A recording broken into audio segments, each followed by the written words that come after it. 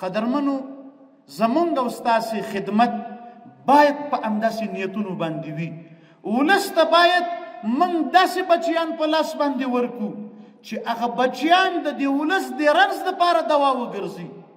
الله دې داسې ورځې نه راولي چې موږ شخصي امتیاز ته په اسلامي او ملي امتیاز باندې فوقیت ورکو.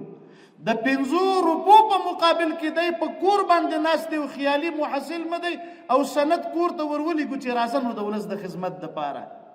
نو بیا به موږ خپل وجدان ته ملامتو او بیا به اسلام او د نظام او د ولس ته موږ ملامتو. راځئ خپل وطن به خپله جوړو. دا وطن ته ازادي خپله افغانانو مخلصو سرخندونکو مشرانو راوړې ده. راځئ په همداسې مفرطه مینه او په مفرط اخلاص باندې نور مادي ترقي موږ او تاسې ورته راوړو. تخصص دا یو اصل دی په اسلام کې، خو زما خپل د علم دید دا دی چې د تخصص سره په څنګ کې اخلاص موجود نه وي، تخصص نافع د جامعې دپاره نه ګرځي.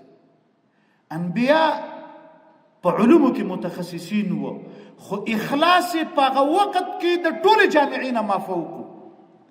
هغه 5 نفر به چې د انبیاو سره ولاړ وو د هغوی اخلاص به تر ټولو مافوق و.